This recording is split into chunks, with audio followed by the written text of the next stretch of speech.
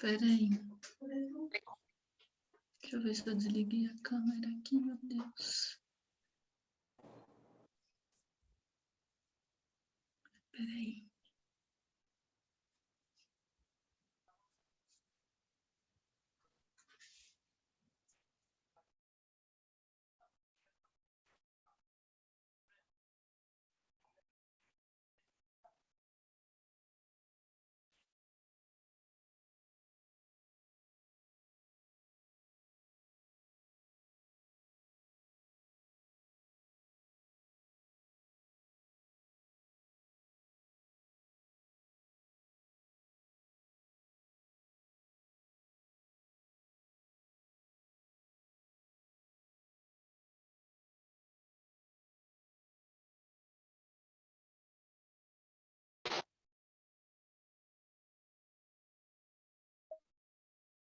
Boa noite, João.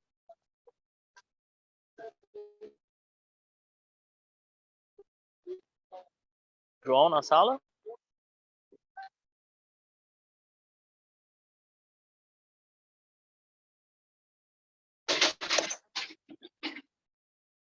Estão me ouvindo? Alô? Não estão me ouvindo, não? Minha internet tá. Me ouvindo? Ok. Tô te ouvindo baixo, mas acho que é meu. Eu tô na rua. O seu que tá falhando, Liud. É. Eu tô. Minha internet na rua tá ruim. Eu também vou ter que dar uma saidinha daqui a pouco. Mas vamos estar conectados. Falhou seu áudio, Depois, professor. João. depois de uma hora e meia de psicose. Vamos agora com o João. Vamos lá. Tá todo mundo conseguindo me ouvir direitinho? Só me sinalizem positivamente. Agora tá ok, tô ouvindo bem. Tá ok, beleza. Eu estou ouvindo Olá, muito. professor João. Eu estou ouvindo muito baixinho. O som do senhor tá baixo, João. Tá muito baixo? Tá um pouquinho baixo, Deixa eu ver.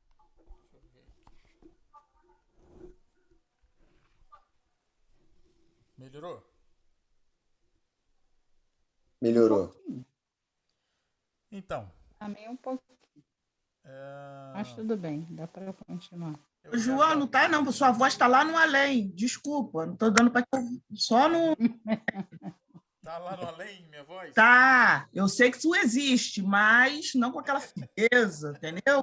Tá bem longe. É muito baixo, João, também não estou ouvindo bem, não.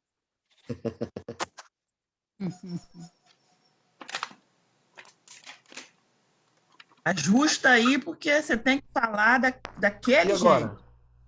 Tá. Melhorou agora? Agora melhorou. Eu tô ouvindo bem. Melhorou. E olha ele de blazer, todo alinhado. Fazer o quê, né? A gente tá longe, a gente tem que promover os eventos, tem que se arrumar, né? Gente, quero dar boa noite a todos vocês que estão aqui participando do nosso encontro.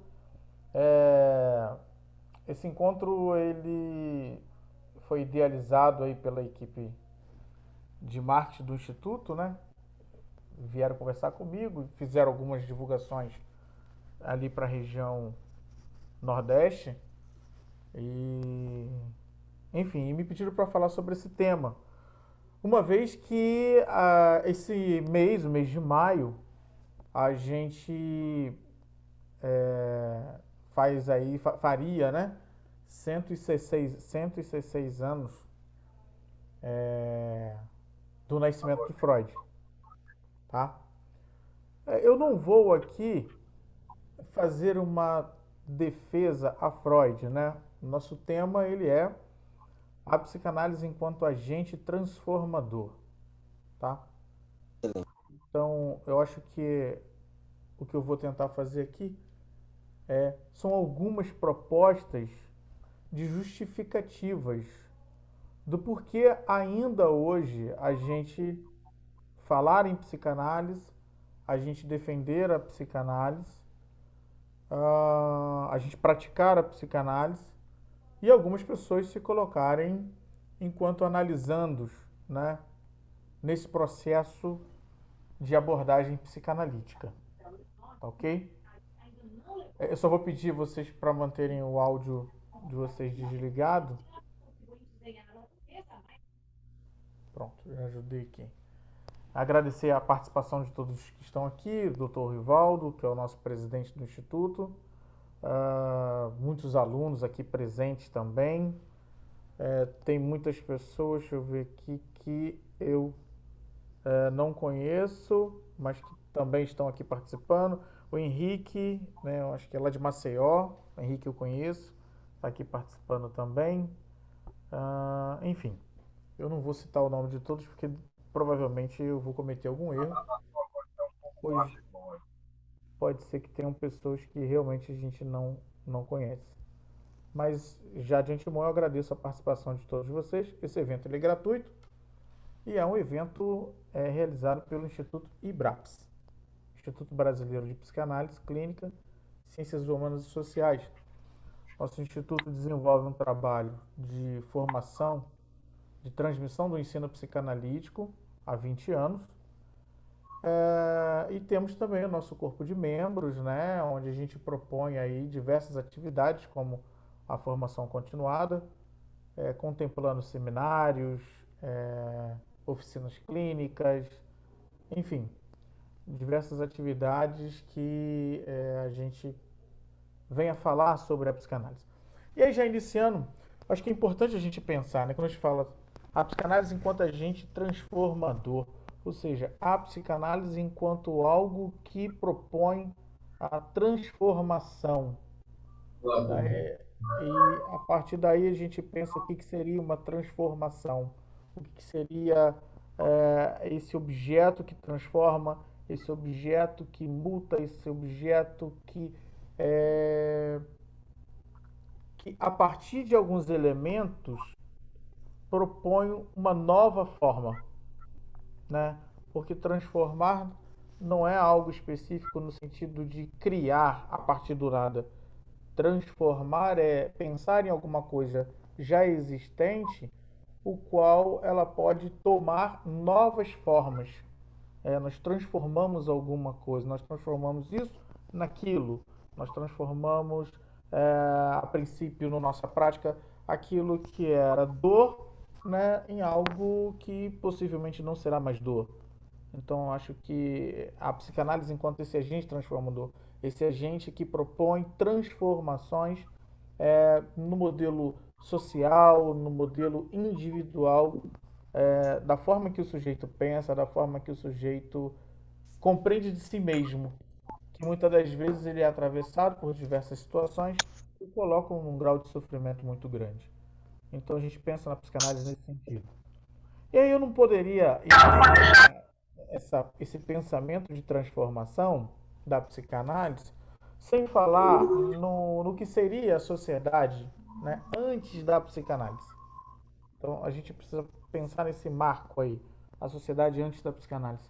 E aí eu pensei em várias citações, mas eu vou deixar já de início aqui para vocês um texto que é muito utilizado principalmente para quem está iniciando o seu percurso numa formação em psicanálise, do Luiz Alfredo Garcia Rosa, Freud e o Inconsciente.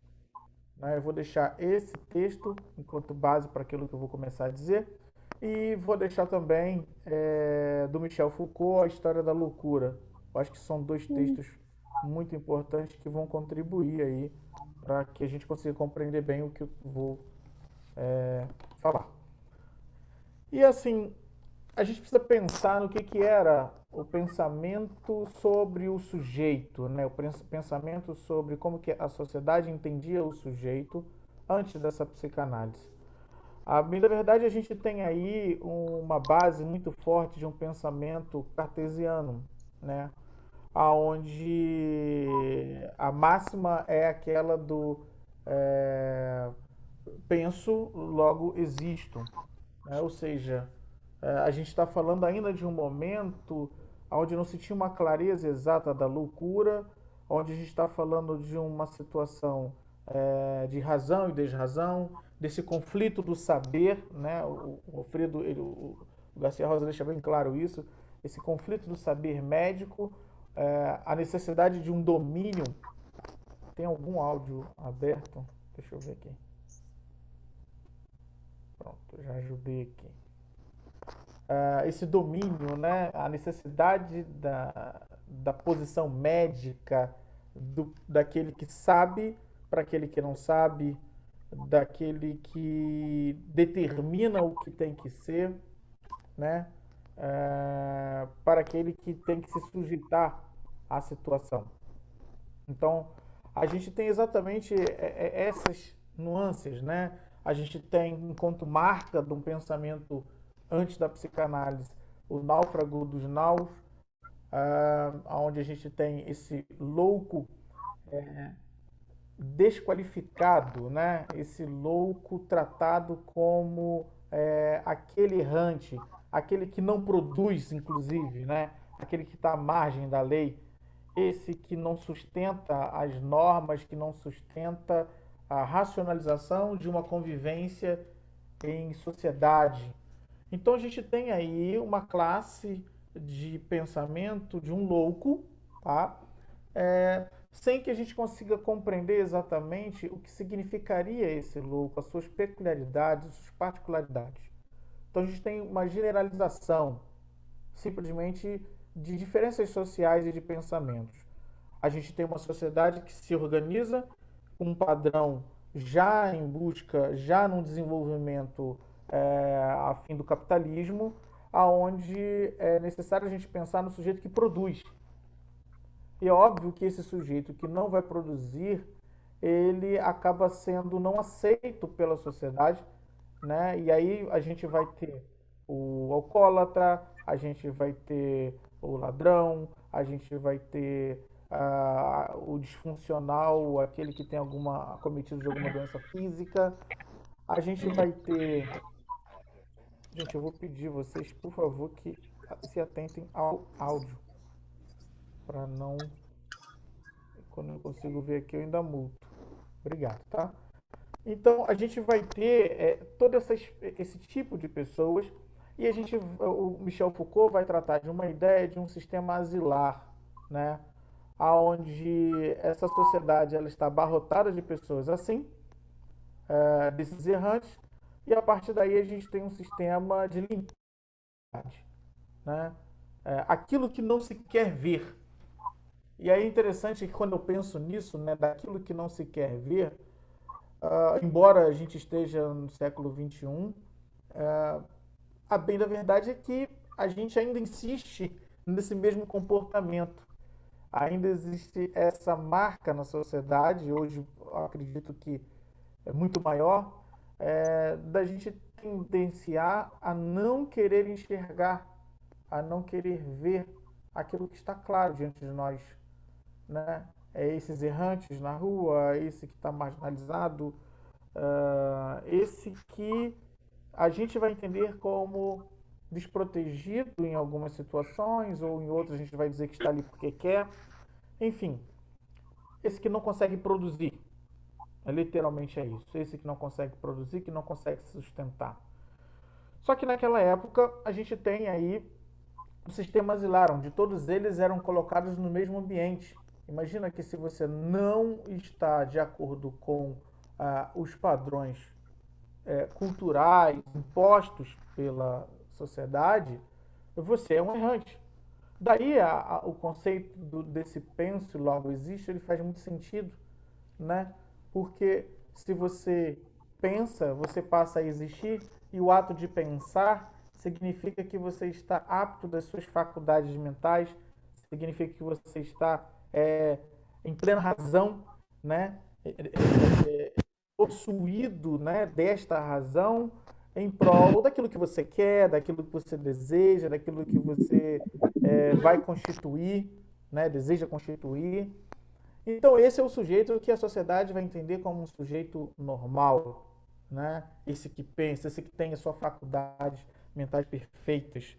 E aí, o Garcia Rosa, eu vou ler aqui para vocês, que eu acho interessante isso, ele diz assim: diante do saber do século XVII e do século XVIII, a psicanálise se apresenta como uma teoria e uma prática, como uma teoria e uma prática, que pretendem falar do homem enquanto ser singular. Mesmo que afirme a clivagem inevitável a que esse indivíduo é submetido. Antes do advento da psicanálise, o único lugar institucional onde o discurso individual tinha acolhida eram os confessionários religiosos.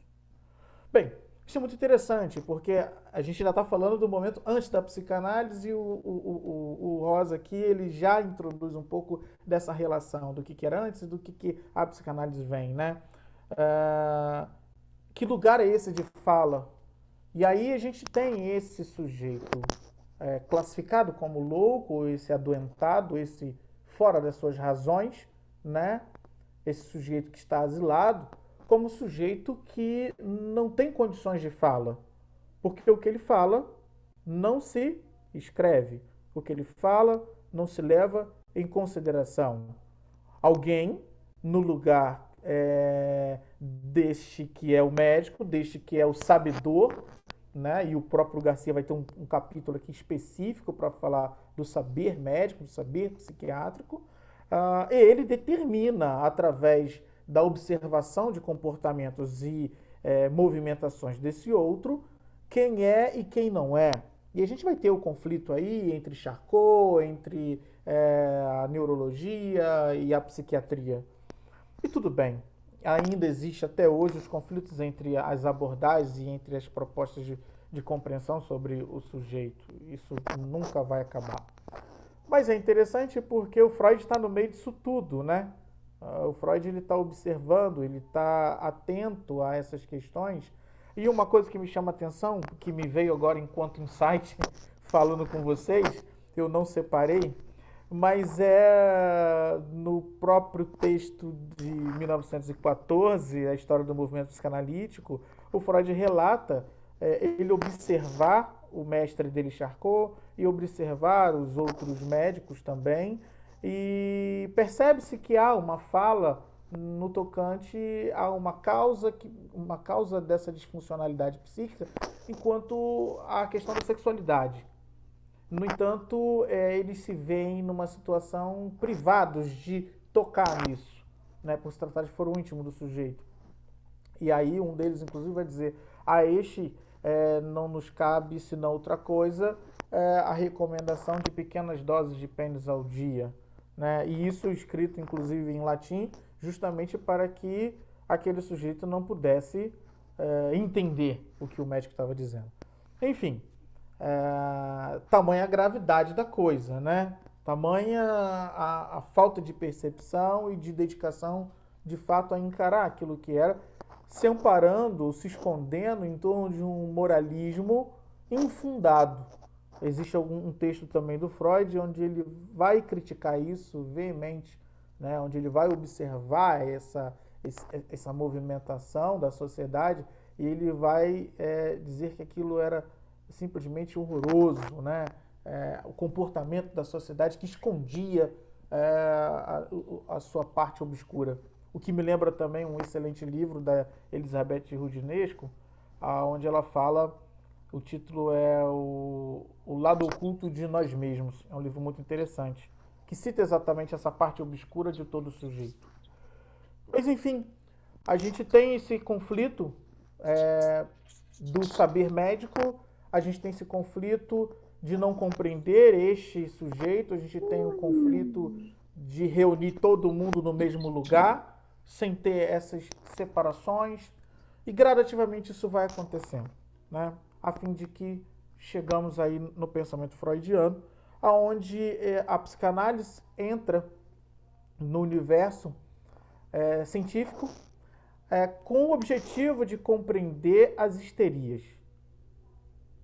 O interessante é que esse Freud, médico ainda, né, e a princípio ainda naqueles textos de estudo sobre histeria, nos textos primários, o projeto, a gente ainda tem o médico tentando entender questões que estão relacionadas à subjetividade. Então, é muito interessante esses textos. Mas o Freud chega a essa questão da subjetividade e essa psicanálise que é criada a partir dessas observações, ela acaba tomando corpo porque ela leva em consideração todo um pensamento também filosófico defendido da época, né? Desse sujeito pleno de sua razão. E aí, uma coisa muito interessante é que nas conferências de 1917, o Freud escreve um texto intitulado, eu anotei aqui, Uma dificuldade no caminho da psicanálise, tá? Esse texto é um texto muito interessante, de 1917, onde o Freud vai falar exatamente das 3 possibilidades de ferida narcísica, e ele vai citar a psicanálise enquanto uma dessas. Cheguei. Enquanto a psicanálise enquanto ferida narcísica. Isso é interessante, né? Porque a gente tem aí um pensamento filosófico, além de um pensamento filosófico, de uma defesa filosófica, a gente tem o poderio médico, que determina o que o outro tem, que determina o que tem que ser feito com o outro, como que esse outro tem que ser tratado, e a psicanálise surge com a proposta de um espaço de fala. Então, acho que esse é um ponto muito interessante para a gente pensar já, né, um pouco mais à frente, mas acho que é um início, para a gente pensar na psicanálise enquanto agente transformador. A importância do espaço de fala em que a psicanálise começa a se situar e a defender a fim de compreender essas disfunções. Porque até então a gente ainda estava pensando nas histerias, né? Então, em 1917, o Freud ele vai a se articular e aí ele vai trazer 3 possibilidades nesse texto, né? Ele está ali fazendo uma defesa sobre o conceito de narcisismo, que depois vão ter outros textos muito interessantes. Um pouco antes ele tem o de 1914, que ele já fala sobre o narcisismo também. E ele vai falar sobre as 3 possibilidades, que são, primeira, o conceito do heliocentrismo, né? Proposto por Copérnico, onde a gente vai tratar aí de uma grande ferida no pensamento científico que tira nós, né, seres humanos, do centro, né, onde pensava-se que a Terra era o centro do universo. E aí o Copérnico vem dizendo que não, nós, o nosso planeta, como outros, somos tanto quanto os outros, estamos nessa periferia, nós estamos ao redor. Na verdade, o que existe é um grande sol. Todos nós estamos ao redor desse sol. Né? E isso desmonta aí um pensamento que vem se sustentando, aonde acreditava-se que a Terra era o centro do universo. Isso tira o sujeito do lugar do topo, do lugar de prioridade. Tá? Nosso planeta não é isso tudo. Nós somos um planeta assim como os outros. Inclusive, hoje já há estudos, né, tentando descobrir se existe vida em outros planetas também. Enfim, o terceiro pensamento que fere a sociedade de um modo geral é o pensamento darwinista, né, com a teoria do Darwin, onde, através de diversas pesquisas e estudos, né, o Darwin ele vai propor a ideia de que o homem ele não é esse ser divindado, esse ser criado à imagem e semelhança de um Deus. Entenda bem que eu não estou aqui querendo ferir a crença de ninguém. O que a gente está tratando aqui é de um conceito científico da psicanálise, e a gente está falando das 3 feridas narcísicas que afetam a humanidade de um modo geral. E a bem verdade é que essa ferida em especial, ela mexe até hoje. E eu acho isso fantástico porque quanto mais nós estivermos incomodados sobre alguma coisa, isso nos proporciona movimentação. Né? Quando a gente não está incomodado por nada, quando está tudo muito passivo, muito calmo, há de se estranhar, há de se ter um comodismo, há de se assentar de alguma forma, o qual não faz com que a gente cresça, não faz com que a gente evolua. Então, essas propostas elas são interessantes, sim. Mas fere a sociedade de modo geral. E aí o Freud, nesse mesmo texto, ele vai trazer a própria psicanálise enquanto um objeto que proporciona a ferida narcísica de um modo geral. Tá? E aí a gente precisa pensar, caramba, mas por quê? Né? Por que essa psicanálise fere, né, a civilização, o pensamento filosófico de um modo geral na sociedade? E ao mesmo tempo que fere, ela nos proporciona um crescimento muito grande. Ela fere porque ela realmente descentraliza o homem, né? É aquilo que o Garcia colocou. A psicanálise ela vai tratar dessa singularidade, né? A psicanálise se apresenta como uma teoria, tá? Uma prática. Ou seja, entendam bem, gente, a psicanálise ela se apresenta como uma teoria e uma prática. Então não seria errado nós dizermos que a psicanálise ela é um método, ela é uma abordagem, ela é uma forma de abordagem, o que é muito bem visto pela psicologia de modo geral. A psicologia encara a psicanálise como mais uma forma de abordagem. E é também, tá? Só que ela é bem complexada, ela é recheada de diversas outras fragmentações, linhas filosóficas, vidas próprias. Hoje, quando a gente fala de psicanálise, a gente não fala mais de uma psicanálise. A gente fala das psicanálises de um modo geral. Até porque a gente precisa levar em consideração, em média, aí, alguns pensadores vão falar de 4 escolas, outros vão falar de 7, mas as escolas psicanalíticas são as linhas filosóficas. E eu estou me referindo sobre linhas lacanianas, linhas ferencianas, linhas kleinianas, né? Hoje a gente tem o pensamento de André Green também, ela quase que se estabelece agora como uma escola também, acho que é o mais moderno que a gente tem. Enfim, e Freud, que todos eles partem de Freud, né? Para concordar ou para discordar ou para criarem suas movimentações, todos partem de Freud, então a gente tem a escola freudiana. Mas essa psicanálise ela se apresenta dessa forma, como uma teoria, uma prática que se pretendem falar do homem, ou seja, a psicanálise ela inicia-se pensando numa ideia de compreender o que é a histeria, o que é uma doença, né? Na época pensada dessa forma, mas na verdade ela vai para além de uma ideia de doença, né? Ela vai exatamente construir a ideia de compreender, né, compreender e falar sobre esse sujeito, sobre o ser humano de modo geral. E isso me fascina. Eu acho que esse ponto ele já é um ponto que também começa a contribuir para a gente pensar na psicanálise enquanto agente transformador, aquela abordagem, aquele método que não está focado apenas num tratamento ou numa doença específica, mas no sujeito e o sujeito com todas as suas complexidades.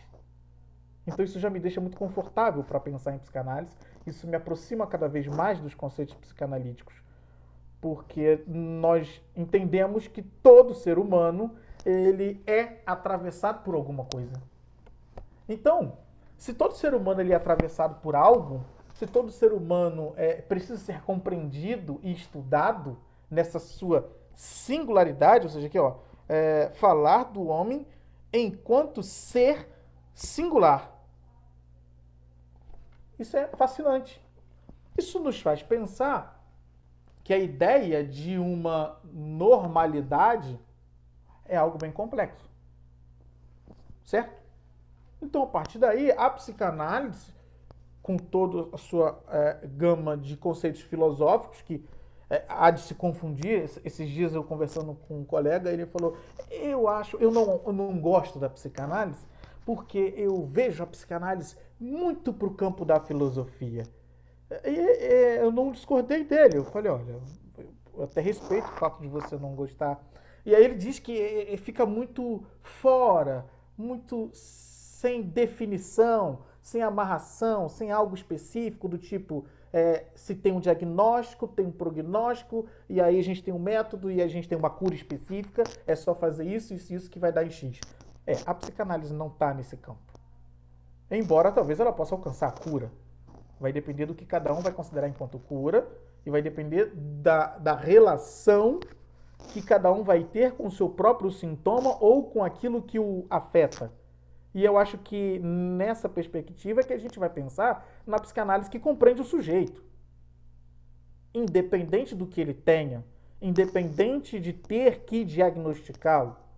Então, o primeiro pensamento que a gente tem que ter, enquanto desejosos dessa psicanálise e psicanalistas que somos, é nos situarmos disso. De que não existe um ser humano constituído de um conceito de normalidade. Normalidade diante de um padrão de ausência de conflito, de ausência de algum tipo de coisa que venha atravessá-lo. Isso não existe. O sujeito, ele é composto, ele se constitui através de um outro. E nós recebemos diversas influências, né, desses outros e de tudo isso que nos cerca. Nós existimos antes de existirmos. Nós existimos na fantasia desses pais. Seja na ideia de querer que nós venhamos a esse mundo e nos amarmos, ou seja na ideia de já nos odiarmos.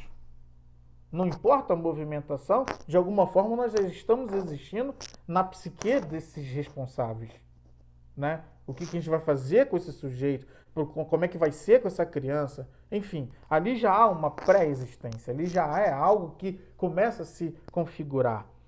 E todas essas demandas de emoções, sensações e percepções, elas vão nos invadir. Essa semana retrasada eu fiz uma postagem exatamente nisso. É inevitável. Nós seremos invadidos por várias situações, seja da ordem de amor, da ordem do ódio, da ordem do medo, da ordem da insegurança, da ordem da fantasia, das expectativas, da ansiedade. Isso é comum à constituição do sujeito. A grande questão é como que cada um vai se relacionar com os seus sintomas, com essas percepções e sensações. É como que cada um vai conseguir dialogar, transitar em meio a isso. E aí a psicanálise é essa, que está interessada no sujeito e tudo que ele traz. Quando eu olho alguém, quando eu recebo alguém em minha clínica, logo de início, o que me faz despertar ali é que história tem por trás desse corpo, que história tem por trás dessa psique, quais são os significados significantes que esse sujeito constituiu para que ele fale assim, para que ele haja assim, para que ele pense assim. E a partir daí eu vou ter o pensamento bem próprio da psicanálise, do que Freud pensa, né? Como algo da arqueologia, como esse campo que precisa ser escavado e gradativamente a gente precisa identificar, criar reconhecimentos de cada peça que existe nesse sujeito. Coisa que não somos nós, na função de psicanalistas, que vamos fazer, mas que nós vamos proporcionar a este outro uma observação que ele nunca teve dele mesmo. Isso é fascinante. E até agora eu não falei de depressão, eu não falei de estresse, eu não falei de fobia, eu não falei de pânico. Eu só estou falando do sujeito. E esse é o primeiro pensamento que eu faço enquanto defesa da psicanálise enquanto agente transformador. É retirar a ideia de uma necessidade, né, de um rótulo. Não me importa tá? Não me importa em que diagnóstico aquele sujeito foi incluído do CID-10 ou do DSM-5. Embora eu preciso entender que exista, embora eu não esteja discordando deles. Mas na clínica psicanalítica, não é isso que prevalece. O que prevalece é exatamente o que foi dito aqui. A psicanálise que proporciona esse espaço de fala, que até então, no pensamento anterior da psicanálise, não se existia.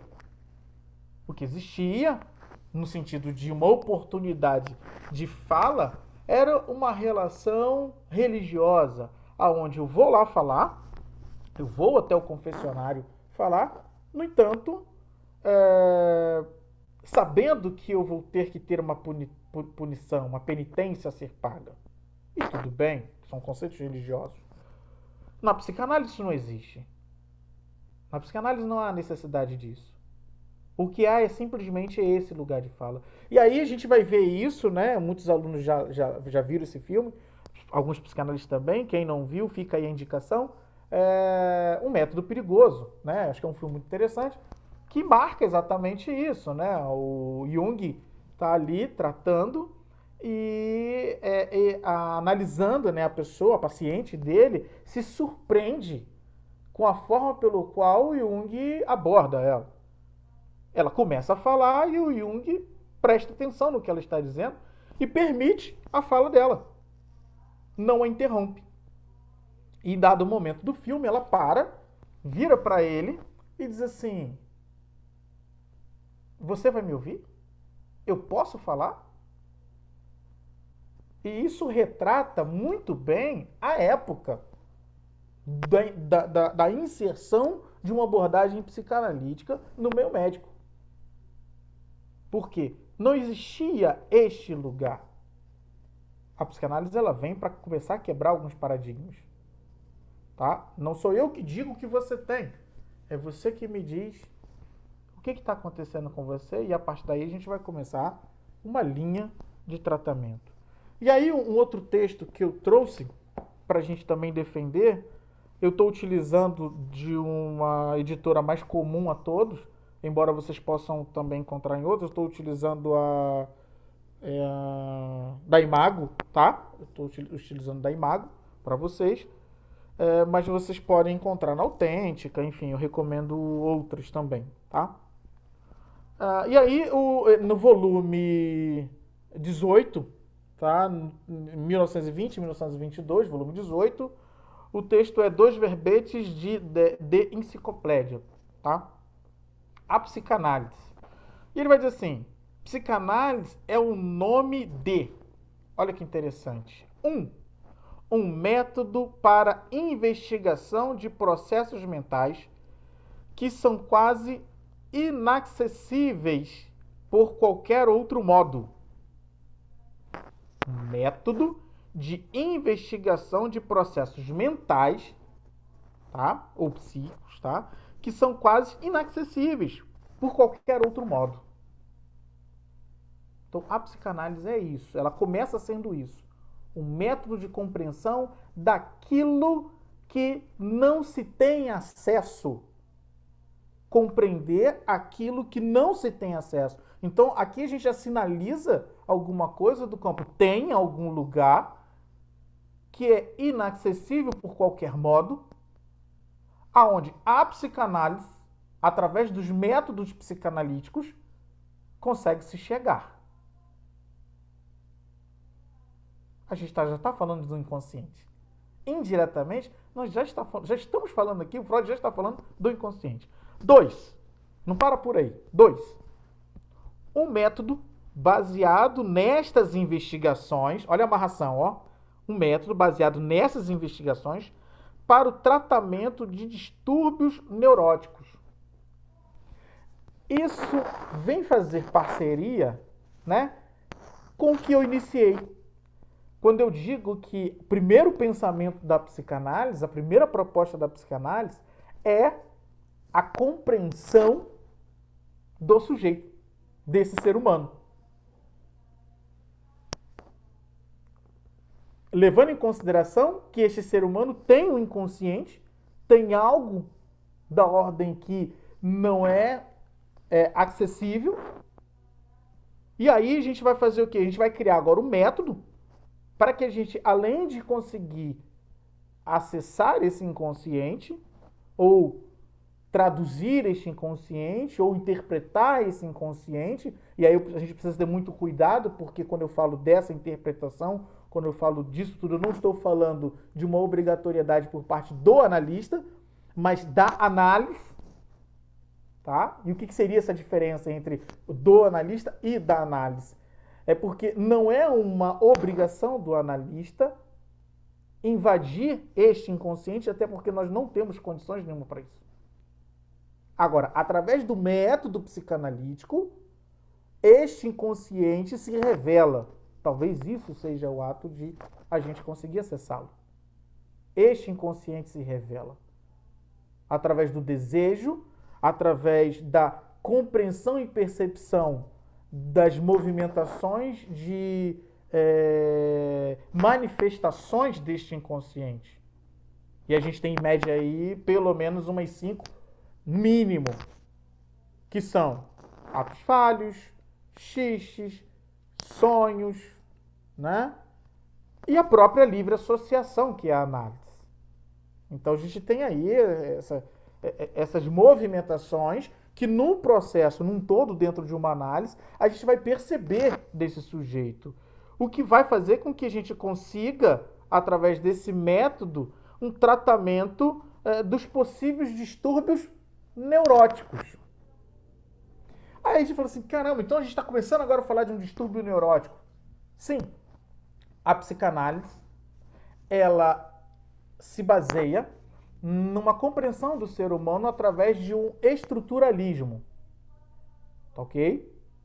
Uma compreensão do sujeito enquanto uma perspectiva estruturalista. Ou seja, cada sujeito tem uma estrutura, se forma em ou se apresenta enquanto uma estrutura. Que para Freud e Lacan também, vai se estender a esse pensamento, a essa defesa, vai ser visto pelo viés da neurose, da perversão e ou da psicose. Ok? Então, ou o sujeito é neurótico, ou o sujeito é perverso, ou o sujeito é psicótico. Eu não vou aqui me aprofundar, né, em todas as dinâmicas, nós precisaríamos aí de talvez alguns meses para a gente conseguir diluir cada uma delas, para a gente compreender. O que eu quero apresentar para vocês aqui ainda são as defesas do porquê a psicanálise, né? Por que a gente pensa na psicanálise e aonde que a psicanálise está centrada para a gente compreender todas essas dinâmicas do sujeito. Então, a gente tem aí uma forma, a gente tem um método agora, né? A gente tem um procedimento, tá? Um procedimento de investigação. Agora a gente tem um método para esse procedimento. E no terceiro, numa terceira posição de justificativa do que seria a psicanálise, a gente vai ter uma coleção de informações psicológicas obtidas ao longo dessas linhas e que gradualmente se acumulam numa nova disciplina científica. Então, ou seja, a partir desse procedimento investigativo, a partir de um método de investigação, agora a gente tem aí um arcabouço de conceitos teóricos para defender o método e para defender o procedimento. Essa é a psicanálise. É assim que ela começa a se situar. E aí, ela vai dizer o quê? Né? No mesmo texto, nesse mesmo texto, lá na página 250, no tópico chamado A Psicanálise como arte interpretativa. A psicanálise como arte interpretativa. Já que a gente tem um método, já que a gente tem um procedimento e que a gente tem conceitos teóricos, então a gente vai pensar nessa psicanálise como também um método interpretativo. O presente autor deu a este método de tratamento que podia agora ser estendido a muitas outras formas de distúrbios neuróticos. O nome de psicanálise. Ora, em primeira instância, essa psicanálise era uma arte de interpretação. Estabeleceu a si própria a tarefa de levar mais a fundo a primeira das grandes descobertas de Breuer, ou seja, que os sintomas neuróticos são substituídos significantes de outros atos mentais que foram omitidos. Bem, vou parar por aqui, mas a gente está falando que o que Freud está querendo dizer ali é que para todos esses distúrbios neuróticos, ou eu vou substituir distúrbios neuróticos por toda forma em que o sujeito se apresenta, sem classificar neurose, perversão, psicose, o que está querendo ser dito aqui é que existe algo por detrás como objeto primário. Caramba! Então, quer dizer que todos nós, que temos os nossos atravessamentos, temos alguma coisa por trás que é a causa, que é a razão para isso que nós somos. Veja como o discurso já começa a desmontar a ideia de uma soberania de razão e de pensamento. Eu não sou psicanalista simplesmente porque eu amo psicanálise. Existe algo para além disso que me colocou aqui nesse lugar. Você não faz o que você faz simplesmente porque você ama, embora você possa amar muito, ou não. Né? Tem gente fazendo coisa que odeia. Que também vai ter uma causa por detrás disso que faz com que você haja e seja assim. A questão é se você vai conseguir se dar conta de compreender ou não. Porque às vezes nós simplesmente fazemos e acreditamos que estamos fazendo com uma justificativa. E que num aprofundamento analítico, em algumas sessões terapêuticas, a gente percebe que, caramba, não é nada disso. Caramba, olha como é que são as coisas. Olha o que eu estou descobrindo de mim mesmo. Olha aí a parte obscura de nós mesmos. Quem não tem? Você não inicia um projeto, você não defende uma causa social simplesmente porque você é um ativista. Tem alguma coisa que te coloca ali. Tem elementos ao longo da sua vida que talvez não estão sendo perceptíveis para você. É essa parte oculta, é esta parte inacessível que a psicanálise entra. É nisso que a psicanálise permite o sujeito ter voz. Isso é que me fascina na psicanálise. E é por isso que eu defendo a psicanálise enquanto agente transformador.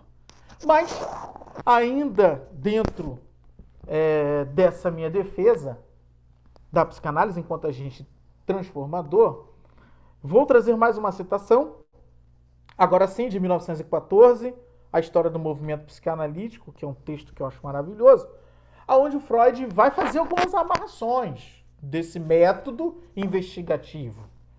Onde ele vai dizer assim, o nome do texto é esse, tá, gente? É A História do Movimento Psicanalítico, de 1914. Página da Editora Imago, lembra que eu estou utilizando a Editora Imago, página 26. Assim, talvez se possa dizer que a teoria da psicanálise é uma tentativa de se explicar dois fatos surpreendentes e inesperados que se observam sempre que se tenta remontar os sintomas de um neurótico às suas fontes do passado.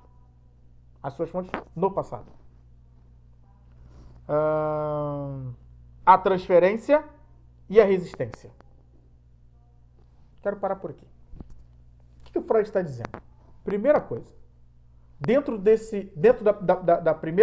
segunda defesa que eu fiz sobre a psicanálise enquanto método interpretativo. O que o Freud está querendo dizer é que ela é um método, ela tem um procedimento, mas em momento nenhum ela se coloca como única. Isso é muito importante para aqueles que desejam ser psicanalistas e para os que já são psicanalistas. Muitas das vezes a neurose de uma determinada pessoa é a sua obsessão na ciência, colocando ela como seu objeto de religião. E aí a gente vai estar endeusando a religião, endeusando a ciência, divindando tudo isso, se colocando como única e verdadeira. E durante muito tempo na história do movimento psicanalítico contemporâneo, nós vivenciamos um pouco disso. Eu sou lacaniano e a única psicanálise verdadeira é lacaniana. Eu sou kleiniano e a única psicanálise verdadeira é kleiniana. Não, eu sou freudiano e a única psicanálise verdadeira é de Freud. E o próprio Freud, ele deixa assim, talvez se possa dizer que a teoria da psicanálise é uma tentativa de se explicar dois fatos surpreendentes, que é essa coisa de remontar, né, os sintomas do neurótico, levando em consideração as suas fontes no passado, unindo a causa ao que se apresenta hoje, unindo o que foi, o que motivou, ao que se revela hoje, através de um processo de regressão. Quando o Freud fala de regressão em psicanálise, ele não está falando de vidas passadas, por favor. Ele está falando de um método de regressão, de diálogo, que gradativamente ia chegando na tenra infância de seus analisandos. E a partir daí ele percebe que ali está o cerne da questão. E aí é interessante porque, já que a psicanálise entende o sujeito como um sujeito atravessado, a gente vai ter uma pessoa que vai contribuir de forma significativa a priori, depois isso se desfaz, né? Mas a pequena contribuição que ele dá é interessante para a gente observar, que é o Otto Rank. Otto Rank foi um dos discípulos do Freud, um daqueles que iniciou o seu percurso nos estudos das quartas-feiras, e que foi o secretário de Freud. Ele era o mais jovem do grupo e que não tinha uma graduação, mas o Freud permitiu que ele participasse, porque ele era uma pessoa desejosa de conhecer a psicanálise, e ele foi nomeado o secretário. Inclusive tem um livro muito bom, deixa eu ver se eu acho aqui, já sumiu,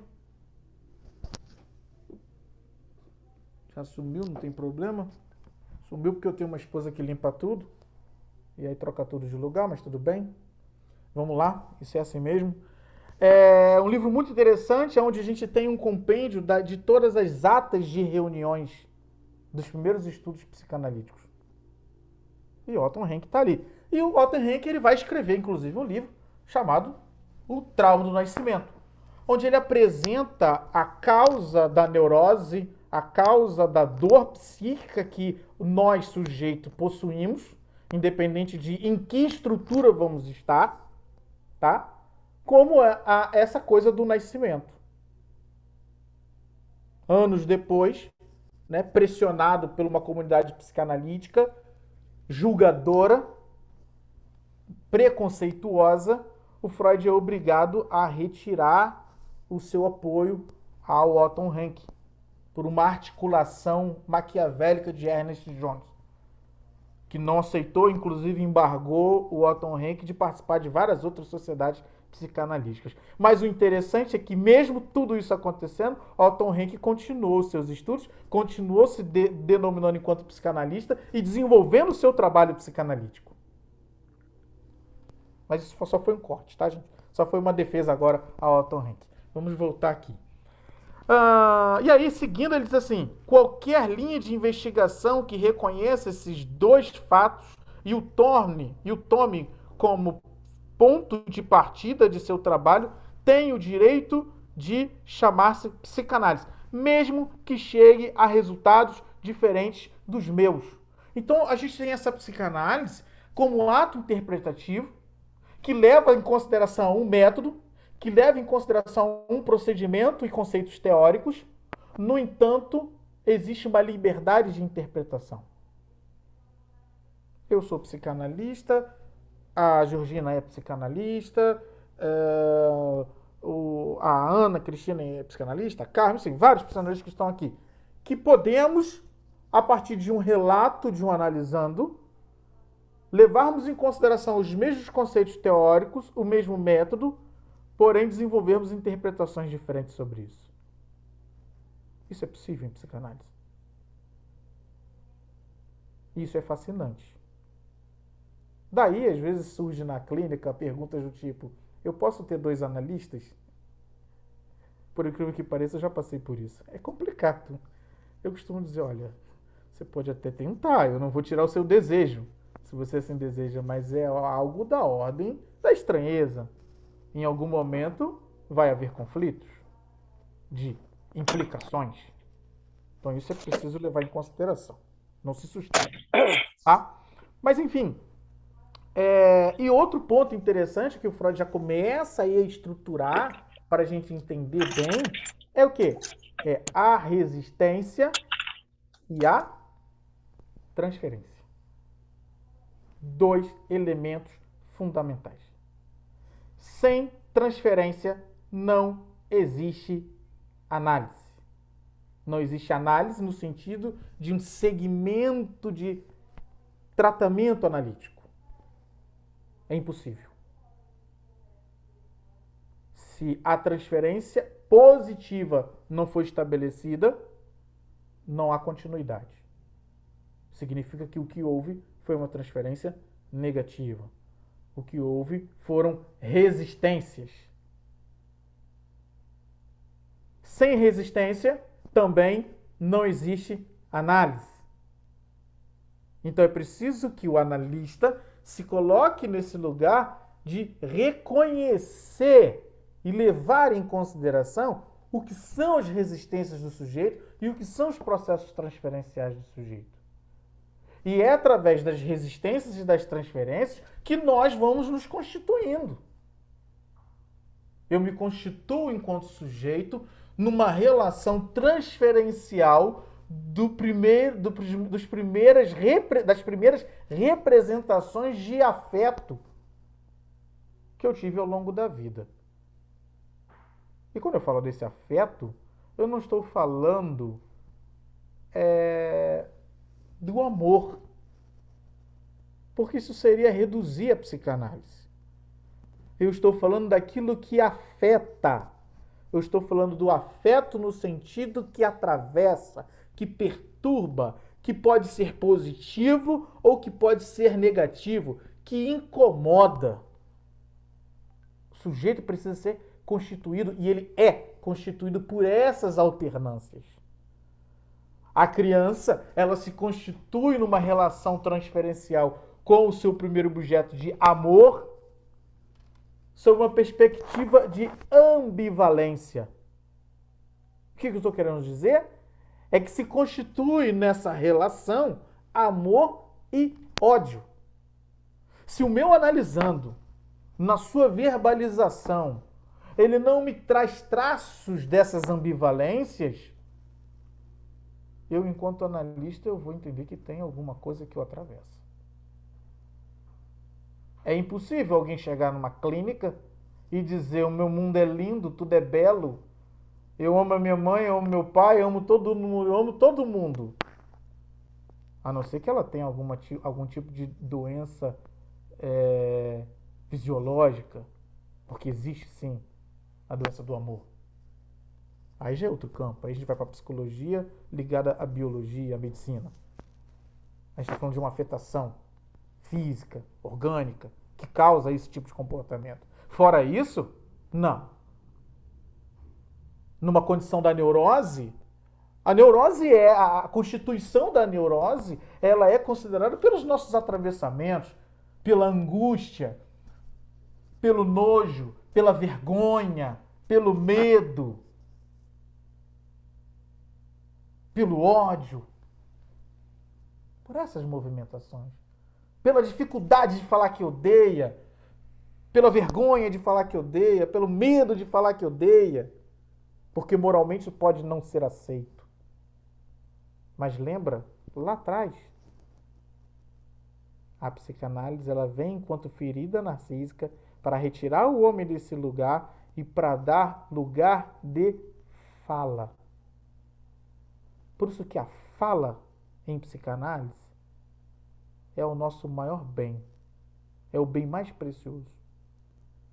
Há quem diga que, nossa, mas eu vou fazer um tratamento com algo que eu vou ter que ir lá e ficar falando e falando e falando? Eu não quero falar. Cabe ao analista reconhecer, levar em consideração as resistências. Só o ato dele estar na clínica, dele vir, já é um ato positivo. Por mais resistência que se tenha.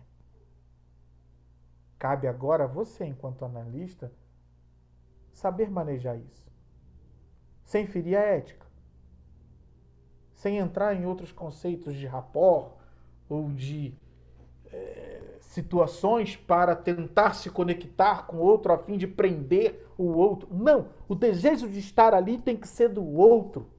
O que eu preciso é mostrar para ele o que significa aquilo ali. Então percebam que a psicanálise, ela vem para despir.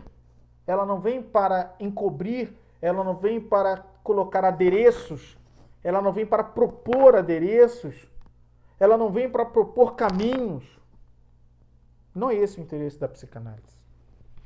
E aí, eu não teria como deixar de citar, já que a gente está falando do porquê a psicanálise, e a psicanálise enquanto agente transformador, dentre tantos que eu poderia trazer, eu optei por trazer o conceito de uma modernidade líquida proposto por Zygmunt Bauman, onde ele vai defender essa movimentação. Esse sociólogo que vai observar, que vai sofrer também muito, vai ser exilado, mas que vai observar a movimentação contemporânea, onde a gente sai de uma modernidade sólida, onde a gente tinha laços de empresas, de pessoas contratadas em determinadas empresas. Eu entrei adolescente e lá eu me constituí e lá eu me aposentei. Mudou. Hoje não é mais isso. Hoje o que a gente quer olhar no currículo da pessoa é quantas experiências ele já teve. Se ele só teve uma experiência no lugar, o cara do RH questiona. Mas por que você ficou tanto tempo nesse lugar? O que aconteceu? Olha a modificação. E assim vai por N coisas. A forma de se comunicar, a geração do enter, a ditadura da beleza, a imposição da felicidade com os conceitos dos coaches que têm surgido pelo mundo, não criticando a eles, mas eu entendo que cada um tem o seu lugar e a psicanálise está num lugar muito diferenciado de tudo isso. A coisa da prosperidade, onde você tem que ser, a coisa da mídia, aquilo que se reproduz, as redes sociais enquanto uma vitrine de apresentação daquilo que você quer que o outro compre. A necessidade que eu tenho de que o outro me veja. Quando eu olho quantas curtidas eu tive, quantos likes eu tive, quantos views, né? Quando eu acordo e a primeira coisa que eu faço é pegar o meu celular para observar quantas mensagens eu já tive ou quantas curtidas eu tive de alguma coisa. Quando eu vou ao banheiro e levo esse meu celular para acompanhar. Quando eu divido a minha vida, quando eu faço das redes sociais o meu diário. Ou o diário daquilo que eu gostaria que as pessoas soubessem. Quando no fundo, talvez nada seja daquela forma. Mas como sem pensar, isso se transforma em normas. Quando a gente percebe comunidades de adolescentes se reunindo para compartilhar quem faz mais cortes no processo de automutilação. Essa é a geração líquida. E às vezes as pessoas perguntam, mas e a psicanálise? A psicanálise sempre viu isso. Tem respostas para isso. E sempre vai ter. Qual é o grande desafio? O grande desafio é, em meio a toda essa ditadura líquida, em meio a toda essa proposta de coisas solúveis, rápidas, fáceis, o sujeito olhar para aquilo que precisa ser trabalhado. Eu costumo dizer que as pessoas, elas falam de tudo e de todos. Mas quando a gente tem que falar de nós mesmos, aí é o grande desafio. Às vezes são um mês de sessão. Falou de tudo e de todos. Agora eu queria que você falasse de você. Aí a sessão parece que vai acabar. Aí o mundo vai desabar. Porque o que ela tem para falar dela? Como que é difícil a gente falar de nós mesmos? Como que é difícil, e isso vem de um contexto natural, ter que lidar com aquilo que nos atravessa. Por que é difícil ter que lidar com aquilo que nos atravessa? Porque na nossa Constituição, nós nascemos no desconforto. Aí eu vou voltar à teoria do Otto Rank. Trauma do Nascimento, e eu recomendo vocês a lerem esse livro. Embora eu não concorde com boa parte do que o Otto Rank propõe em suas teorias, essa em específico eu acho muito interessante. Trauma do Nascimento. Exatamente por isso. E o que Freud vai falar de um processo de sexualidade na psicanálise é a busca incessante para afastar o desprazer e se haver com o prazer. A nossa configuração psíquica, ela está determinante em função disto. Não fazemos nada que não nos proporciona prazer e satisfação. A ação pode ser desprazerosa. Mas se eu deslumbro alguma coisa de benefício ali, eu me mantenho até um determinado ponto. Até a hora que nem isso for mais satisfatório. Aí a gente vai para uma outra frase do Freud, né? Quando a dor de se estar vivendo for maior que o medo da mudança, a pessoa muda. Ou seja, eu só mudo quando aquilo que eu faço deixar de fazer sentido para mim. Quando eu reconhecer que naquela condição eu não quero mais. Só que para que isso aconteça, eu preciso sentir a dor. Porque eu me constituí de uma dor e eu me afasto dessa dor o tempo inteiro em busca de uma satisfação. Olha que coisa. E eu estou falando da forma mais primária. Daquele bebê. Daquele bebê que um dia todos nós fomos. Que nós não tínhamos consciência, nós não tínhamos noção de espaço, de lugar, de quem era quem. Nós éramos simplesmente vítimas vulneráveis a todo esse outro que nos constitui. E a gente nasceu nesse desconforto e eis que a gente percebe um colo que nos protege, que me dá uma sensação de estabilidade, de segurança. Aquela fome que me dá, que me agonia, que me causa dor ao ponto de eu gritar, de eu chorar. Mas quando vem aquele leite e me afaga, e me alimenta, e tira aquele grau de insatisfação, ali a gente começa as primeiras impressões. A marca de satisfação. A identificação com satisfação. A partir dali eu vou me direcionar sempre para isso. Sempre que surgiu o incômodo, eu vou lutar contra esse incômodo para que eu tenha prazer. Isso é normal, isso não tem problema nenhum. Não tem problema nenhum. A grande questão é o como. Como e o que eu estou fazendo para afastar o desprazer e viver o prazer. Este como é que é o ato do inconsciente. Este como é que é o ato que nos proporciona dor. Este como é o ato que nos proporciona os sintomas.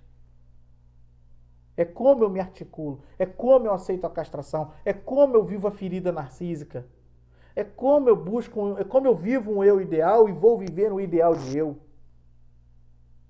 É como eu vou me viver e experimentar essa castração, esse processo fálico, esse desenvolvimento psicossexual, essa relação edípica, que são todas teorias propostas por Freud. Como que cada um vai se relacionar com isso em busca de obter a sua satisfação e de evitar o desprazer? Essa é a questão. O tempo, suportar, tolerar. Se existe o prazer, é porque em algum momento existiu insatisfação. Eu só reconheço a satisfação por conta daquilo que foi algo da ordem da insatisfação. E dentro desse conceito do Bauman, o que as pessoas não querem é ter que lidar com a insatisfação. E acreditam que precisam ser felizes o tempo todo e para sempre. Que para sempre é esse? Que felicidade é essa? Que não teve uma base de luta, de dificuldade, seja em que grau for. Não estou falando aqui de sofrimento, de penitência, dessa denegração do corpo. Não estou falando disso, não. Eu estou falando do esforço mínimo, daquilo que se deseja. Eu quero muito uma coisa. E o que eu preciso fazer para alcançar isso que eu quero? A ditadura dessa felicidade, ela não se articula com essa dificuldade. Ela diz que você pode vencer tudo e que você vai ser feliz sempre. E isso é da ordem da fantasia. Isso é da ordem do irreal. Então a psicanálise, enquanto agente transformador, é nós, enquanto psicanalistas, nos colocarmos nesse movimento de defendermos as práticas analíticas, seja que linha for, e de convocarmos sim, de dizermos para a sociedade, vem, vamos lá. Vamos acolher. Me fala o que você está sentindo. Vamos conversar. Compreender o que significa a fantasia de cada um. Não que eu vá compreender, mas que nessa relação elaborada pela transferência entre eu e o analisando, nós vamos constituir isso. Nós vamos desvendar isso exatamente como uma cebola, descamando gradativamente esses significantes do sujeito. Bem, eu vou encerrar por aqui, porque se deixar a gente vai seguindo. Eu espero ter contribuído de alguma forma nesses 116 anos de nascimento segundo Freud.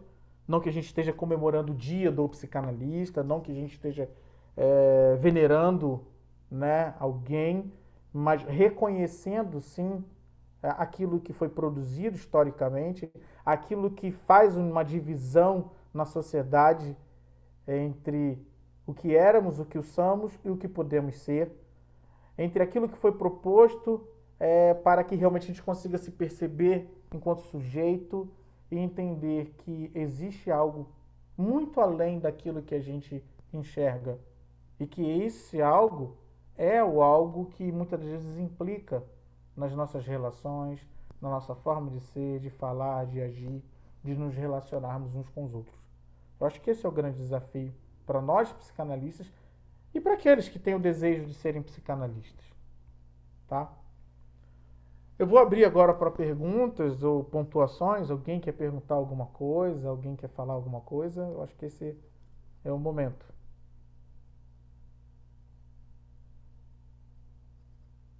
Nossa, que silêncio. Parece até o silêncio da análise. Parece o silêncio do set analítico, gente. Pode falar. Fiquem à vontade. João, já mandei na mensagem aí, mas eu quero te parabenizar pela palestra e dizer que a psicanálise é incrível, né? Eu escrevi aí, ela nos leva a um verdadeiro mergulho, né? Nas profundezas do nosso do nosso eu, né? Lá onde a gente não pensa, né? Muito bom, muito legal, muito bom mesmo. Parabéns. Vou completar 2 anos aí, estou muito feliz, muito motivado, continuo muito motivado. Beleza. Obrigado, Ulisses, pela sua contribuição. Lembrando, gente, que nós estamos lançando um projeto de psicanálise ao alcance de todos. Então, esse projeto de psicanálise ao alcance de todos, ele contempla processo de formação em psicanálise ao alcance de todos e contempla também atendimento psicanalítico ao alcance de todos. Então, o IBRAPS, ele, no seu departamento de formação, a gente tem se articulado para implantar turmas e unidades em algumas regiões do Brasil. Então, hoje nós estamos aqui, inclusive, com o Fernando, né? Que acho que é lá de Pernambuco, né? Eu estou enganado. De Maceió? Não. Acho que eu acabei me equivocando. Acho que é o Henrique, se eu não me engano. Enfim, nós estamos com um projeto para Pernambuco, tá? Para iniciar um trabalho lá na cidade de Pernambuco. Em Maceió também, tá ok? E em Campina Grande, João Pessoa. Tá? Fora isso, a gente no Rio de Janeiro tem a nossa sede. Estamos com a unidade também em Petrópolis, Duque de Caxias, Volta Redonda aqui com o Dr. Luiz, que coordena. Enfim, o IBRAPS se fazendo presente através de parcerias em diversas regiões do Brasil. E em São Paulo também. Tá? Se você tem interesse, entre em contato com a instituição. E o atendimento também, nossa clínica funciona a nível Brasil e fora do Brasil. Então, nós temos um departamento de atendimento, uma clínica social. E se alguém que quiser divulgar, ajudar a divulgar, é só entrar em contato também através do nosso site, www.ibraps.net. Tá bom? Mais alguma questão, alguma pergunta, alguma pontuação? João, tem previsão de encontro esse ano lá no IBRAPS? Estamos estudando. É possível aí, talvez, no dia 30/7. O Dr. Rivaldo está aqui, acho que ele nem está sabendo ainda, mas talvez dia 30/7, que eu acho que vai cair no 5º sábado. Então, é bem provável que a gente faça um evento no 5º sábado, na sede do IBRAPS, no Rio de Janeiro. Tá? Legal. A gente vai divulgar, tá? A gente vai divulgar. São vagas limitadas também, tá bom? Fala, Felipe. Oi, boa noite. Boa noite. Obrigado aí pela tua forma como você coloca, né, esse assunto tão de uma maneira apaixonada, assim, que contagia, né? Você colocou aqui, João, uma frase assim: a psicanálise retira a ideia de uma necessidade de um rótulo, não importa o diagnóstico que o sujeito foi classificado, né? Você citou o CID ali. Bom, isso vai, né, bastante assim contra ou questiona de fato um padrão de psicopatologias, né, das pessoas, né, que vem a partir de uma ciência, de uma observação, e que ali é colocado, rotulado, como você utilizou a palavra, né? E a psicanálise, ela em contrapartida questiona esse padrão. Mas diante, né, desse mundo científico, né, desse universo da ciência, existe ainda assim uma relevância para este mundo, para esse universo da ciência, eu digo, né? Como que é visto isso do ponto de vista não da psicanálise, mas desse universo científico, né? Vem, né, um método, né, uma investigação que vai tentar, de alguma maneira, dizer, olha, vamos desconstruir aí o que você foi catalogado, classificado, né? Como se fosse, né, um número. Já temos tantos números, né, que somos identificados, né?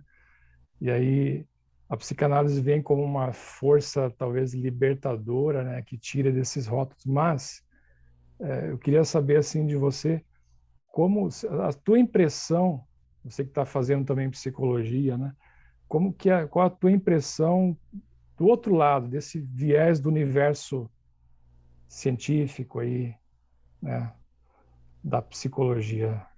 Então, o que eu observo dentro do campo da psicologia, da psiquiatria, é cada vez mais uma necessidade de subdividir e de propor diagnósticos para determinados comportamentos e sintomas. Sem sombra de dúvida alguma, eu tenho certeza que... Eu ia falar eu, né? Mas eu falar eu é complicado porque... Mas enfim, eu vou falar.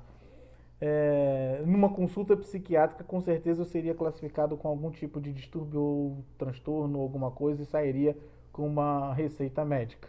Eu não tenho dúvida disso. A grande verdade é que, infelizmente, isso acontece. Né? A gente pega o DSM, a gente pega o CID-10, é um absurdo. Né? E tudo bem. E a tendência é que isso aumente cada vez mais. Tá? É muito natural que isso aconteça. Mas a questão é qual a relação da psicanálise, né? A psicanálise, ela não vai... A psicanálise e o psicanalista, de modo geral, né? Seja ele médico, inclusive, né? A gente tem muitos psicanalistas médicos, psicanalistas psiquiatras também, né? E psicólogos. A gente não vai, enquanto pensamento psicanalítico, levar esse conceito deste diagnóstico como prioridade para a compreensão do sujeito. Nós não vamos fazer deste diagnóstico que foi proposto uma obrigatoriedade de continuidade daquilo que lhe foi imputado à clínica. Então, ou seja, a gente reconhece que isso existe, a gente reconhece que isso está para o campo da psicologia e da psiquiatria, mas a nossa forma, porque não que nós não tenhamos diagnóstico.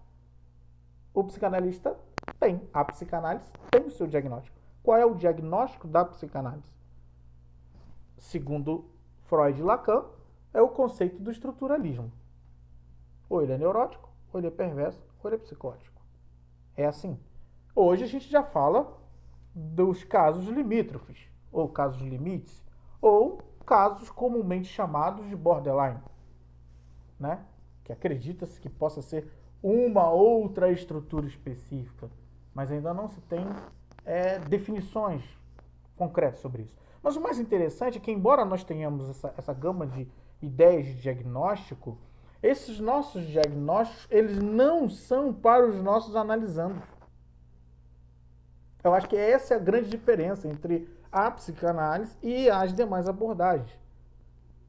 Porque o sujeito vai ao médico em busca de que o médico diga o que ele tem, em que grupo ele está, o que ele tem que fazer para tratar aquilo. O psicanalista não. O psicanalista não está nesse lugar. Então, quando um analisando, ele chega na clínica e diz: olha, eu sou diagnosticado com borderline. Não quer dizer que eu não saiba o que significa aquele diagnóstico, não significa que eu não saiba o que está relacionado com CID-10 ou com DSM-5, enfim, CID-10, CID-11 agora, né? Não é mais o 10, agora é o 11. Enfim, não é isso. Eu sei. Mas para a clínica psicanalítica, o que vai prevalecer é o que significa isso para você, já que foi isso que ele trouxe. E como que você se articula com tudo isso. E a partir dali vai ter os desdobramentos desse atendimento, até que pelo viés analítico, entendeu? Até que pelo viés analítico, a gente consiga elaborar esse diagnóstico de compreender o que é isso. É da neurose, é da perversão, é da psicose, o que é isso? E que subtipo clínico também. Porque não basta só o grande desafio de desvendar, talvez, num processo longo, que isso não é uma coisa da noite para o dia, em que estrutura essa pessoa está, é que tipo clínico que ele está. E até que ponto isso se esbarra como uma psicose. A gente tem um neurótico, de repente, que o grau de comprometimento dele no seu sintoma pode ser tão intenso que se confunde com uma psicose. Então vai necessitar tempo para que eu consiga entender isso, para que de qual forma que eu vou manejar tais sintomas e tal relação com esse sujeito. Então repare o distanciamento e a separação que se tem entre esses conceitos médicos, psicológicos, psiquiátricos e a psicanálise. Ela não desfaz. Ela não desfaz. Mas também não leva em consideração como objeto prioritário na clínica. Diferente, talvez, de uma abordagem psicológica, quando esse aparece na clínica da psicologia, que não vai ser uma abordagem psicanalítica, e o sujeito se diz com tal diagnóstico pela psiquiatria. Ele vai levar em consideração, sim. Ele vai levar em consideração tudo aquilo que está ali no DSM-5 e no CID-11 e vai seguir conforme os procedimentos da sua linha que propõe. Qual abordagem que ele vai atuar. O psicanalista não. Por isso que a essência, né, do que foi dito no primeiro texto, né, do que o Garcia Rosa coloca, né, a compreensão do ser humano. Então, a psicanálise ela está atenta ao humano antes da patologia. Olha que legal. Nós estamos atentos e interessados na constituição deste humano antes da patologia. Embora a gente saiba que exista. Entendeu, Felipe? Doutor Luiz, que bom tê-lo aqui conosco. É uma honra. Bom, boa noite. Bom, eu não vou discordar, mas vou complementar. Que bom, menos mal. Ou não, né? Faz parte. Que bom. Porque é bom entender que a psicanálise, tá ok? Ela é de 1800. Tanto Freud e Lacan, com suas teses e teorias, era um tempo em que eles descobriram e caminharam e estiveram até certo ponto. Isso temos que entender em primeiro lugar. A ciência, ela cresceu, né? Nós vemos que hoje a neurociência, né? E, por exemplo, antigamente não tinha neurologia. A neurologia é uma ciência nova, era praticamente a psiquiatria como tal. E hoje nós temos, né, a neurociência, nós temos hoje em dia a neuropsicologia e demais. Então, é importante entender que um psicanalista realmente deve ter um conhecimento bem ampliado, porque é importante, ainda que muitas pessoas possam acreditar que não, mas essa classificação, tanto do grupo dos neuróticos, dos psicóticos, tá, dos perversos, é importante para um tratamento.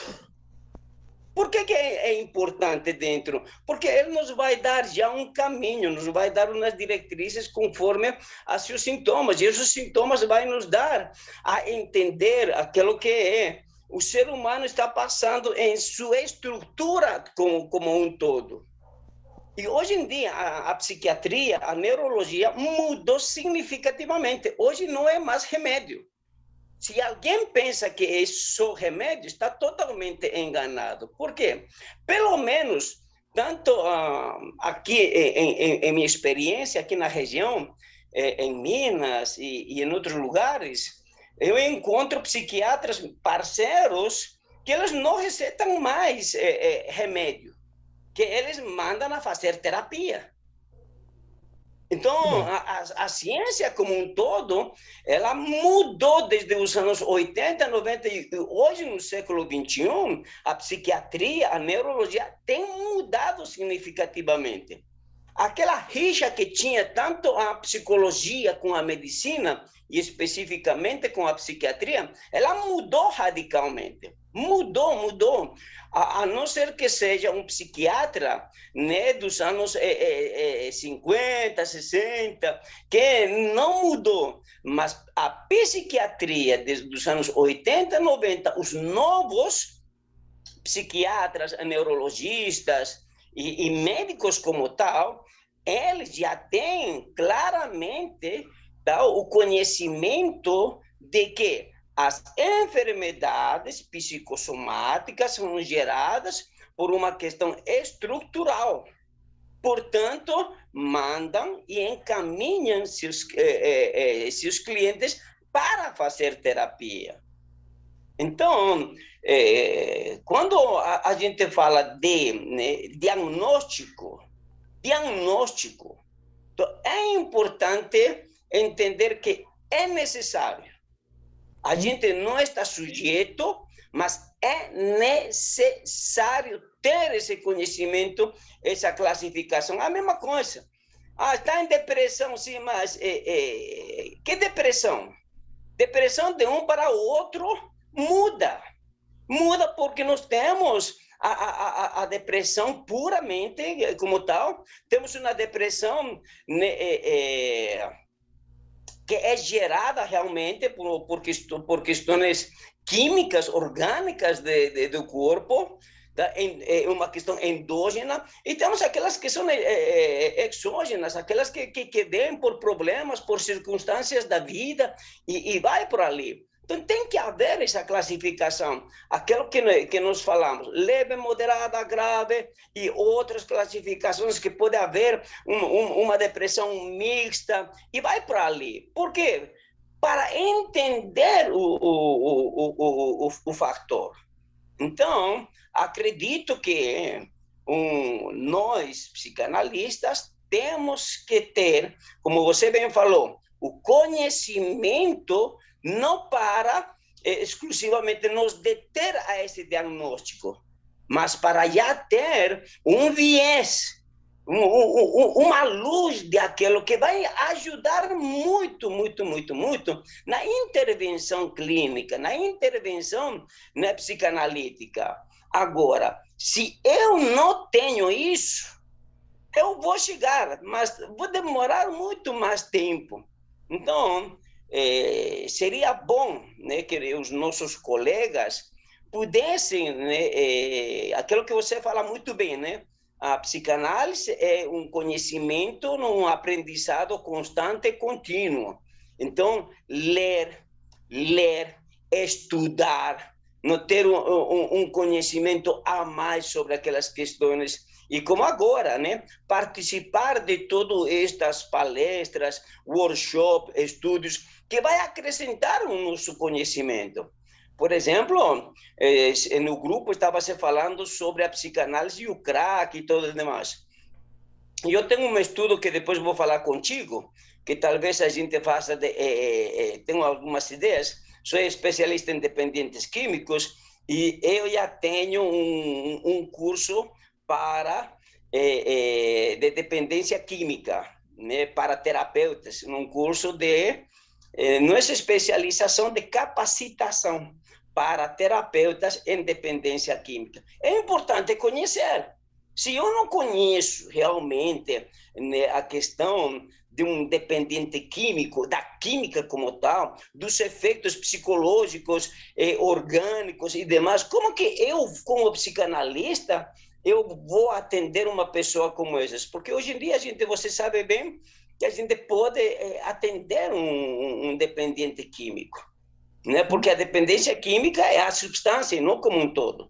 Então, é importante que os nossos colegas possam continuamente se aperfeiçoar, se aprimorar. E nesta questão de transtornos, ter um conhecimento, porque alguém vai chegar encaminhado por um psiquiatra para fazer terapia.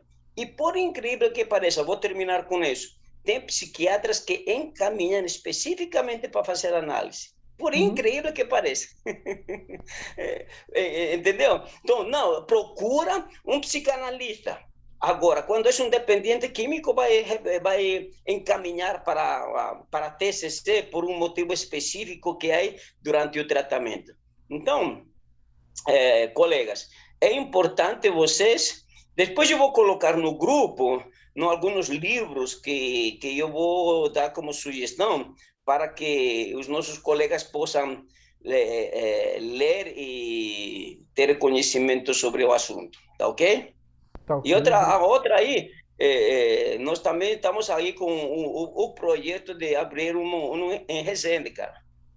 Já temos uns contatos aí para estender o curso até Resende, tá ok? Legal, legal. Muito obrigado pela sua contribuição. Sim, é exatamente isso. A gente precisa, enquanto psicanalista, pensar nos aspectos técnicos e teóricos do que a psicanálise propõe sobre determinada coisa, mas é importante a gente estar atento aos significantes, né, desses diagnósticos. Lembrando que isto não é o objeto que vai determinar, né, para nós esse trabalho.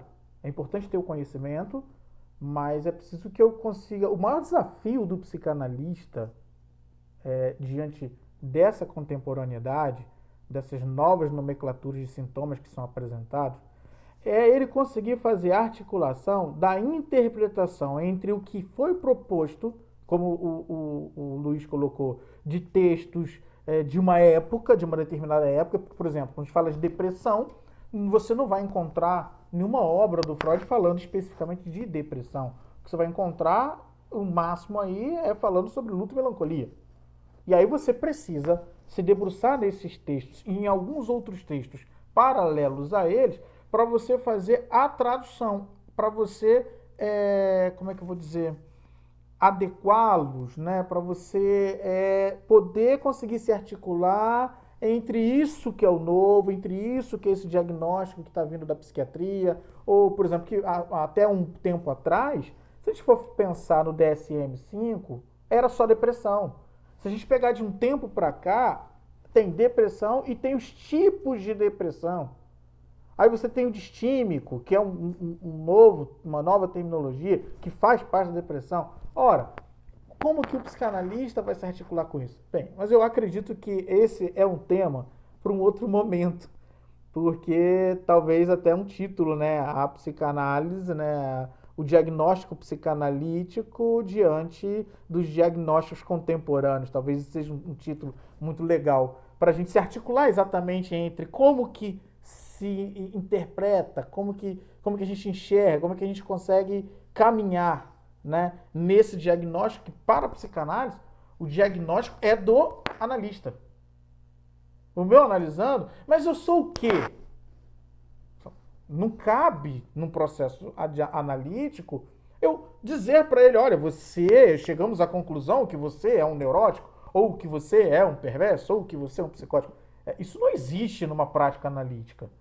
Agora, o sujeito gradativamente, conforme ele vai fazendo a análise dele, e se ele for estudando, ele vai criando as associações. O diagnóstico, na psicanálise, ele é muito importante, desculpa, para o analista. Foi o que o Luiz colocou. Para que o analista consiga manejar e se situar de como que ele vai trabalhar com aquele caso. Entendeu? Georgina? Rapaz, que isso. Liberar o áudio. Aí. Boa noite. Boa noite. É um grande prazer estar aqui com vocês, né? Um tema tão rico, né? Poderíamos ficar aqui dias falando sobre vários temas, né? Foi muito bom e construtivo, né? Bom, o que eu queria pontuar aqui é que normalmente o paciente, quando chega na sala, né, no consultório, ele já vem com rótulo, né? Às vezes anos e a vida toda, desde criança, com aquele rótulo, em que a pessoa procurou no Google, em que a tia já deu, né? Então, assim, a pessoa já vem bem marcada. E a nossa função, né, como como psicanalista, né, como um agente transformador, é muito de acolhimento, né? E não só de acolhimento, mas também de fazer daquele espaço, daquele momento, daquele tempo, um lugar onde ele possa se ouvir, né? Né, de acolhimento, de se ouvir, e através da audição, daquilo que ele conta, das histórias, daquilo que ele vai chegando às conclusões, né? Ter uma autorresponsabilidade, um autoconhecimento. A nossa é como, né, é quase um parto, né? Então a gente está ali para a própria pessoa se encontrar, né? E aqueles rótulos não serem só títulos, né? Não serem só, mas serem um pontapé, porque normalmente é através daqueles rótulos o motivo da procura, mas que eles sejam muito além, porque o nosso objetivo não é só os rótulos. Nosso objetivo maior é a vida daquela pessoa, né? Que ela não é só um transtorno, ela é muito além de um transtorno, de uma depressão, né? Ela é uma pessoa, ela é um sujeito que precisa ser resgatado, que precisa ter autoconhecimento, né? Que precisa ter autorresponsabilidade, que normalmente ele joga em cima do outro a sua queixa. Então, o nosso objetivo como psicanalista, né, pelo menos eu creio, né, procuro sempre viver, trabalhar o sujeito além do rótulo, né? Isso aí, muito bom, muito bom. Excelente, parabéns. E é interessante, eu estou lembrando aqui, o filósofo Paul Sartre, né, ele tem vários conceitos aí que ele propõe, né? Um deles é a coisa a existência precede a essência. Né? Isso é muito interessante, porque se a gente for pegar isso e pensar na ideia desses diagnósticos, né? Desses rótulos, no contexto de significado e significante para aquele sujeito, talvez aquele rótulo que foi produzido ao longo da sua formação, pelos seus familiares ou pela própria medicina, não desvalidando, óbvio, a medicina, né? Mas às vezes ele vai se amarrar enquanto o sentido da vida se apoiando nestes rótulos. Uhum. E essa é a dor dele. Mas ao mesmo tempo que é uma dor, é o motivo da sua existência. É isso que a gente, enquanto psicanalista, precisa estar atento. Por isso que a gente vai exatamente para a coisa. Quando o cara fala, eu fui diagnosticado com isso, ou eu sou, tem certos analisantes que não diz que foi diagnosticado, não. Tem certos analisantes que chegam dizendo assim, eu sou isso. Se aquilo fosse a vida dele. Então, quer dizer, ele faz daquilo sentido para a vida dele. A partir dali ele tem comunidade, a partir dali ele consegue ser visto, a partir dali ele se articula.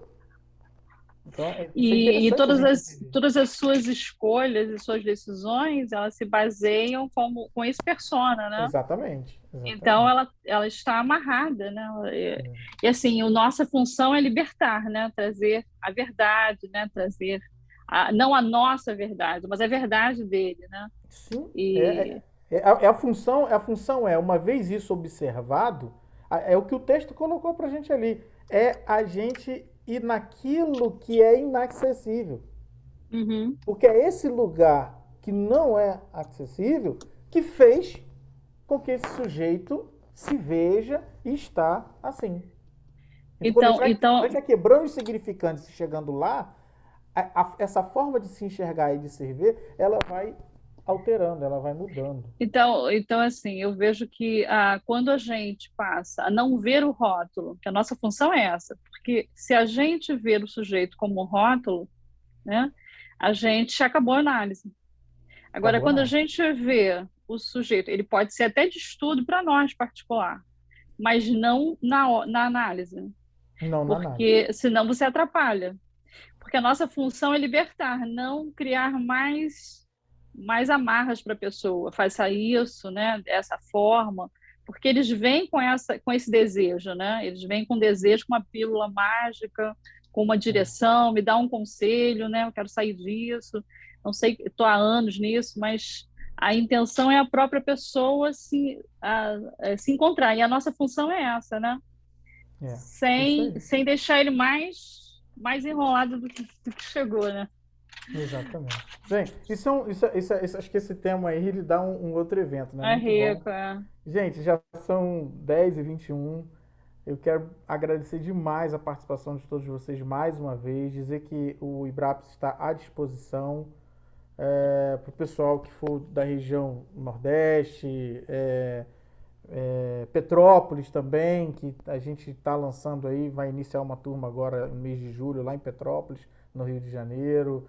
Juiz de Fora, que está funcionando, está acontecendo também. Enfim, todas as regiões que são parceiras e aquelas que assim desejam também ser parceiras do Instituto IBRAPS. Lembrando que essa atividade ela foi aberta, né? Ela está sendo gravada e vai ficar disponibilizada depois. A gente vai ver se a gente coloca lá no nosso canal do YouTube para o pessoal. Mas nós temos atividades restritas só para membros do Conselho.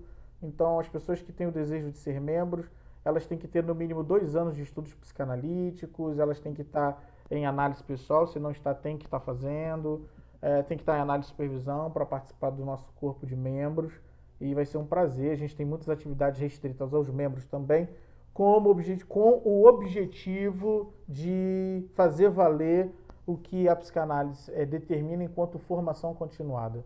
E esses também são os dispositivos que a gente tem de trocas. Espaço de fala, de aberto a quem é psicanalista, a quem não é também, para que se aproxime e que todos nós venhamos a crescer juntos. Então, mais uma vez, agradeço a participação de todos e conto com a participação de vocês para o próximo evento. Lembrando aos membros, né, que estão aqui presentes que na segunda-feira nós temos uma atividade restrita com a participação do nosso professor Leudes. Ele vai estar falando sobre o Édipo. O Édipo para além de Laio e Jocasta. Eu acho que vai ser muito interessante. Eu já li alguma coisa próximo a isso, mas eu estou super curioso para ouvir o nosso colega Leudes, o que ele vai trazer para a gente, tá? Então, agradeço a todos e os que são alunos, continuem os seus desejos. O que vai fazer de vocês psicanalista é o quanto vocês vão conseguir sustentar o seu desejo nessa prática, nesse percurso, nessa praxis, ok? Então, um forte abraço a todos e até a próxima.